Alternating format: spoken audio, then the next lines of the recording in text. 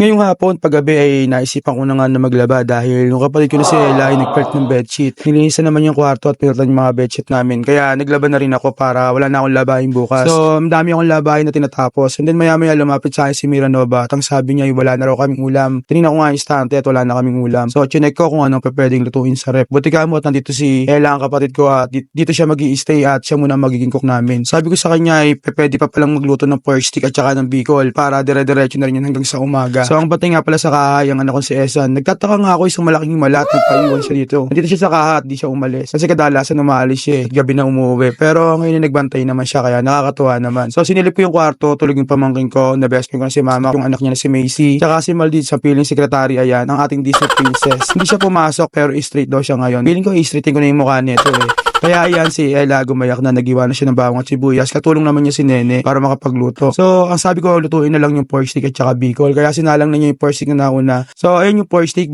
Bali parang piniprito niya yata dyan yung mga laman ng baboy. At saka niya ibinubuhos yung sauce. Ganun siya magluto ng pork stick. Then ayan sinalang na rin niya yung sa bicol at magluluto na rin siya ng bicol. Ito yung pinaka sauce ng pork steak. So ayan mga kasarap, luto na yung pork stick. Dalawang tray yan. And then isinalang na rin niya yung pang bicol. Yung bicol naman ang susunod niya nalulutuin hanggat nakasalang yan. Tulog naman yung dalawang anak niya. So mga kasarap, makikita nyo ay sinasangkot siyang mabuti ni Ella yung bicol. Ayan po yung customer namin na mga magpapalay. Bali, hindi ko po masabi kung ilang batch na po sila mula kaninang umaga. Dahil maganda panahon at saka panahon ng ayaw ng palay ngayon, pabalik-balik sila at nagbibilad sila ng palay sa Pampanga. So nais ko magpasalamat sa lahat ng mga customer namin na magpapalay. Kung magkakilala man sila o hindi, sobrang thank you kasi choice nyo na kumain dito sa Raisin Eatery ng almusal, tanghalian at tapunan. At hindi kayo nagsasawa na kumain dito sa Raisin Eatery. Maraming salamat. So mga kasarap, ayun yung sasakyan nila ay nasa dulo, tsaka ito pa yung sasakyan na magpapalay. Bali, ilang truck na rin yung dumaan at huminto. Halos kilala na rin sila ng mga tindera ko na kumakain dito araw-araw. Nakaluto na nga pala si Ella ng pork steak at tsaka ng bicol. So ayan, idinagdag na namin sa istante. Dahil maaga pa ay may ulam pa kami na idagdag. Ito yung pork steak at tsaka yung bicol express. So lang mga kasarap, maraming